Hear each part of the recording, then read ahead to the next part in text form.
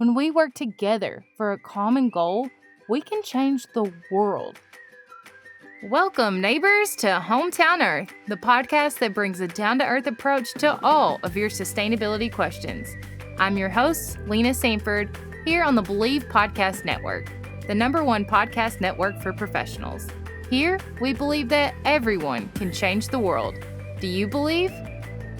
I'm a Midwest gal with big dreams to discover what it takes to reduce my impact on this beautiful place we call Hometown Earth.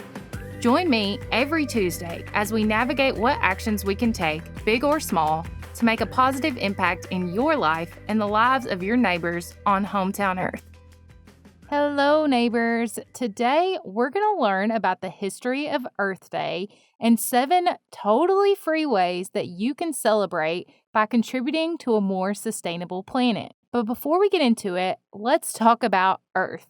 You know, the big blue, yellow, and green marbled planet that we all live on. Let's imagine for a moment that you are traveling far above the Earth's surface into space. At warp speed, you span its length, and as you fly over, you see its expansive mountains, rich valleys, vast plains, some that are sandy, some that are wooded, and coated with thick greenery, its sparkling oceans, and its beautiful ice caps. Can you see it? I know I can. Astronaut Michael Massimino said that viewing the Earth from space was like looking into an absolute paradise. And if you've ever seen pictures of Earth and all of its power and beauty, I'm sure you would agree that it's a paradise too. But as you're floating above space, you also gain a new perspective. The perspective of the fragility of the Earth. You notice the thin veil of atmosphere that separates us from the rest of space. You can see how every little thing on Earth is connected, including our ocean's major influence on climate and weather. You then look around the blackness in space and discover that we're the only planet around with bodies of water, our life source. Astronaut James B. Irwin said that beautiful, warm, living object looked so fragile, so delicate, that if you touched it with a finger, it would crumble and fall apart. Seeing this has to change a man. Now, I quote these astronauts because it may not seem like it with our feet firmly planted on the ground, but when realizing our place in space, we can see that the Earth is an incredibly fragile paradise and that it's our only home. And Earth Day was created to help protect it. Every year on April 22nd, Earth Day serves as a conscious reminder of how fragile our planet is and how important it is that we protect it. So, what's the story behind Earth Day? It's not like any other holiday that is randomly generated like National Eat a Donut Day or World Juggling Day. It kind of has a complex history. So let me paint another picture for you. It's the late 1700s, early 1800s, and Industrial Revolution is taking place. We strip the planet's natural resources for fuel. Toxic smoke and fumes billow from large factories that are run by coal and pollute the air. Those same heavy metals and chemicals are poured into our waterways and soil as industrial waste. Our landscape drastically changes as nature is bent to our will and urbanized to make room for more factories and cheaply built homes for workers of those factories, drastically affecting the quality of life as overcrowding and unsanitary sewage is put into the streets. For a lot of us, myself included, it's really hard to imagine the days when companies could openly spew toxic material into our air, waterways, and earth, and no one even blink an eye. No laws were preventing it, no agencies put in place to regulate it. It just was, and people accepted it until they didn't. The Industrial Revolution opened people's eyes to the impact that we were making on our environment and the people in it. And although the Industrial Revolution may have been the most harmful to our planet, it brought about the ideals of environmentalism that inspired leaders like Ralph Waldo Emerson, John Muir, and George Washington Carver, among many others. They weren't the first of their kind. Greenpeace.org states that ecological awareness first appears in the human record at least 5,000 years ago. Vedic sages praised the wild forest in their hymns, Taoists urged that human life should reflect nature's patterns, and the Buddha taught compassion for all sentient beings. There were many writers, leaders, and artists all over the world who addressed smog, deforestation, soil erosion, and pollution throughout history. And worldwide, indigenous communities have always put the preservation and harmony of nature at the forefront through their beliefs, cultures, and practices. Now, fast forward again to the Industrial Revolution. We see the environmentalist movement as we know it start to take shape. You see national park preservation across the world and official conservation groups start to form.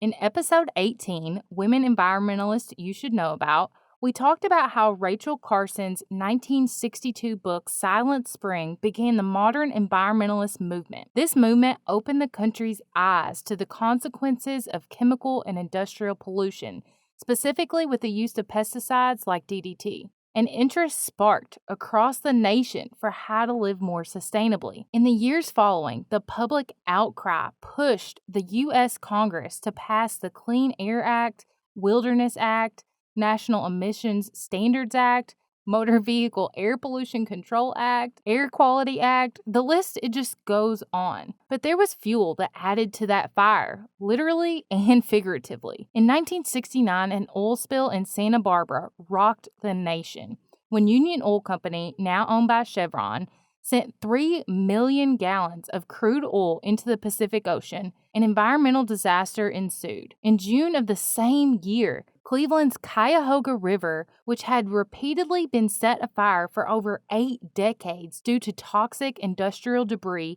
and waste being dumped into the river, caught fire for the 10th time, and the nation finally took notice. At the same time, the civil rights movement was leading the charge on bringing awareness to the inequality of environmental protection in communities of color, most notably the Memphis sanitation strike that occurred in February of 1968, which brought Dr. Martin Luther King Jr. to join sanitation workers in their protests against polluted and hazardous working conditions that also disproportionately spilled into their communities, bringing to light the issues of environmental racism.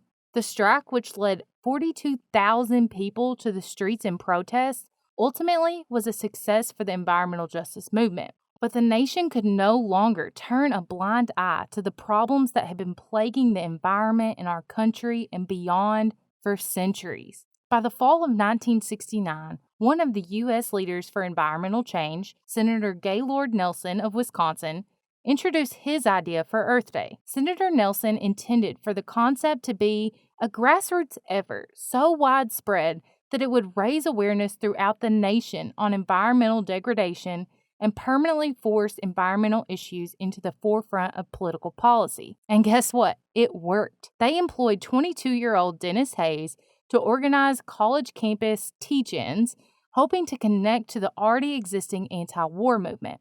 April 22nd was chosen because it was a weekday that fell between spring break and college final exams so that they could maximize the greatest student participation. But with the environmental movement already in full swing, Hayes realized that he could reach a bigger audience. He organized events and engaged various organizations throughout America, and soon news of the first Earth Day pulsed throughout the nation. On Earth Day, April 22nd, 1970, an estimated 20 million Americans from all walks of life demonstrated in different cities across the United States, solidifying environmental issues as a national priority. In 1970, the EPA was founded, and throughout the 70s, major reforms of the acts mentioned earlier were implemented, as well as many other new landmark environmental laws. Earth Day was effective in raising awareness about the environmental issues that we are facing as a planet, but also how sustainability is humanity's core issue. Senator Nelson said, "Our goal is not just an environment of clean air and water and scenic beauty. The object is an environment of decency, quality, and mutual respect for all other human beings and all other living creatures." The message of Earth Day spread from the United States to the rest of the globe in 1990 when Dennis Hayes yet again organized a campaign to reach the entire planet.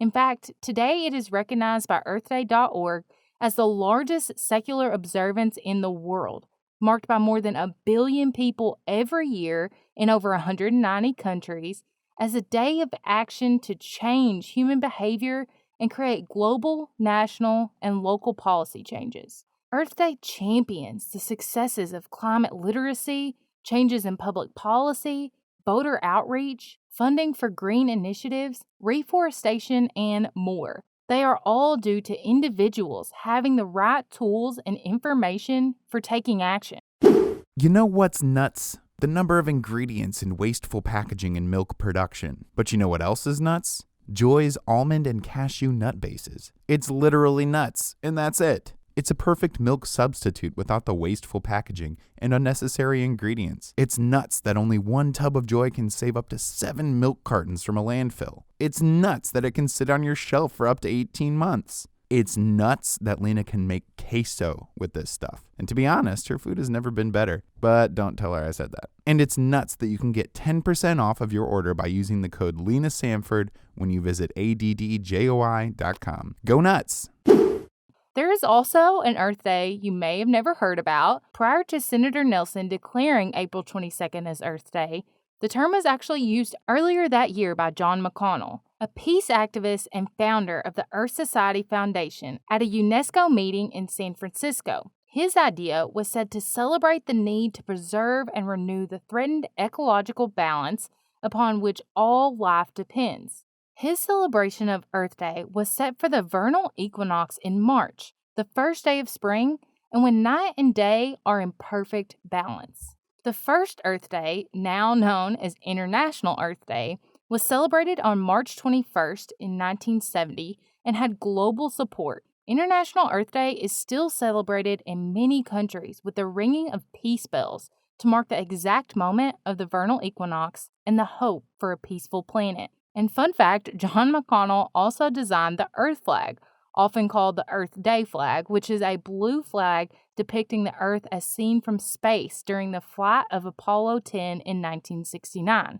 Now, to me, Earth Day is a worldwide collective demonstration of the lasting impact that each person can make on this planet. When we work together for a common goal, we can change the world. So my proposition is that we treat every day like it's Earth Day. Now, treating every day like it's Earth Day means that you would be promoting a clean, healthy, and sustainable lifestyle for all people and wildlife through your consumption and actions. And now, more than ever, we need urgent action. Although we don't overtly see the images of toxic billowing smoke clouds or heavy metals being poured into our waterways like I mentioned earlier, there is still dire need to protect our fragile planet. We can see the effects of climate change as predicted, from severe storms to heat waves and the melting of glaciers and ice sheets leading to rising sea levels, as well as the endangerment and extinction of animal species. We also continue to observe air and water pollution, soil erosion, deforestation, and natural resource pollution. And we are seeing at-risk populations suffer from food insecurity, flooding, water contamination, disease, and toxic pollution. So you may be thinking, whoa, okay, this is too much for me to handle. I'm just one person. But take a sigh of relief. I'm going to give you 7 ways that you can contribute to a healthier earth that are totally free, except for your time, so you can treat and celebrate every day like it's Earth Day. All right, number 1, talk to the company you work for about their sustainable practices. Ask if you can work with them to help implement a plan for more sustainable practices, or even implementing education on climate literacy as part of the company culture. Number 2, choose a service opportunity. That could be something as simple as going on a regular litter cleanup with a friend, to joining a community garden, planting a tree, or even connecting with an environmental movement like the Sunrise Movement or the Sierra Club, just to name a few. Number 3, vote. We need government intervention in order to help curb the disastrous effects that we are seeing today. Choosing environmentally conscious leaders at all levels of government is crucial. We've seen the impact that poor leadership can have on communities. You can find examples everywhere, from the Flint, Michigan water crisis caused by poor local leadership all the way up to the rollback of over 100 environmental rules that govern clean air, water, wildlife, and toxic chemicals by former President Trump. Who we vote for matters. Number 4, save energy. You can save energy in your home by turning off the lights and unplugging unused devices. These both seem like very small things, but when you consume less power, you help to reduce power plant emissions, conserve natural resources, and save ecosystems. And we're rolling along here. Number 5, be mindful in the kitchen. Actually, eat the food you buy and make less of it meat-based. Okay, on this one, you're still going to have to spend money on food, but here we're actually talking about eating the food that you buy, not wasting it, and eating a little less meat. We know that an estimated 1/3 of all the food produced in the world goes to waste, and that Americans consume more meat protein than necessary. But reducing our waste and eating less meat would both drastically decrease carbon emissions, save land, water, and natural resources, and even alleviate hunger. Bonus points if you can grow your own food and share what you have left over with the people who need it. Number 6, make changes to your driving habits. Our cars produce excess greenhouse gas emissions up to 4.6 metric tons per year. Try biking, walking, carpooling, or taking public transportation when possible, and keep up with the maintenance of your car to help extend its life and increase fuel efficiency. And finally, number 7, step out in nature. There are a slew of amazing personal benefits from stepping out and physically connecting your body to nature. But studies have also found that people who have a higher appreciation of nature and more exposure to nature were more likely to engage in pro-environmental behaviors. So stepping out in nature is an easy, no-brainer way to help the planet. Now, for this week's Something to Grow On segment, I wanted to bring it back to our view of space and talk about Joni Mitchell. Yes, I said Joni Mitchell. I'd always grown up listening to Big Yellow Taxi, singing along with Joni. Don't it always seem to go that you don't know what you got till it's gone? They paved paradise and put up a parking lot. I would sing that for y'all, but I don't have a singing voice, so I'll just leave it to Joni. But as I was imagining my view from space, taking in the beautiful scenery of Earth, this song came to mind. But now I heard the song with a new ear. I had the thought, what if we end up paving our paradise and don't realize what we have until it's too late? What if one day our view from space tells a story not of a fragile Earth, but a broken one? I read that Joni Mitchell wrote this song in 1969 after visiting Hawaii and seeing that amongst the natural beauty were paved parking lots. But she was from California and had been experiencing the same history that led to the first Earth Day that I outlined earlier. Rachel Carson's efforts to ban DDT with the book Silent Spring, as Joni sings, "Hey, farmer, farmer, put away your DDT. I don't care about spots on my apples. Leave me the birds and the bees." She had likely seen the devastation from the Santa Barbara oil spill and heard about the burning of Cleveland's Cuyahoga River in the same year she wrote that song. So how could she produce a song that was so sweet, melodic, and even joyful about the harms to the environment? I'd always gotten such a positive feeling from that song, and then I realized that I still could. The premise behind Earth Day still rings true, as does Joni's environmental anthem, Big Yellow Taxi. We need to protect our environment, our paradise. When we shine a light on these issues, whether it be through the conscious reminder that is Earth Day or a melodic song we can play sitting outside on a beautiful day, we can start to bring about the real change that we desperately need. So if you haven't had a chance yet, this is your reminder to get out in nature today. Hit play on Big Yellow Taxi, sink your toes into the grass or dirt, and enjoy your little slice of paradise.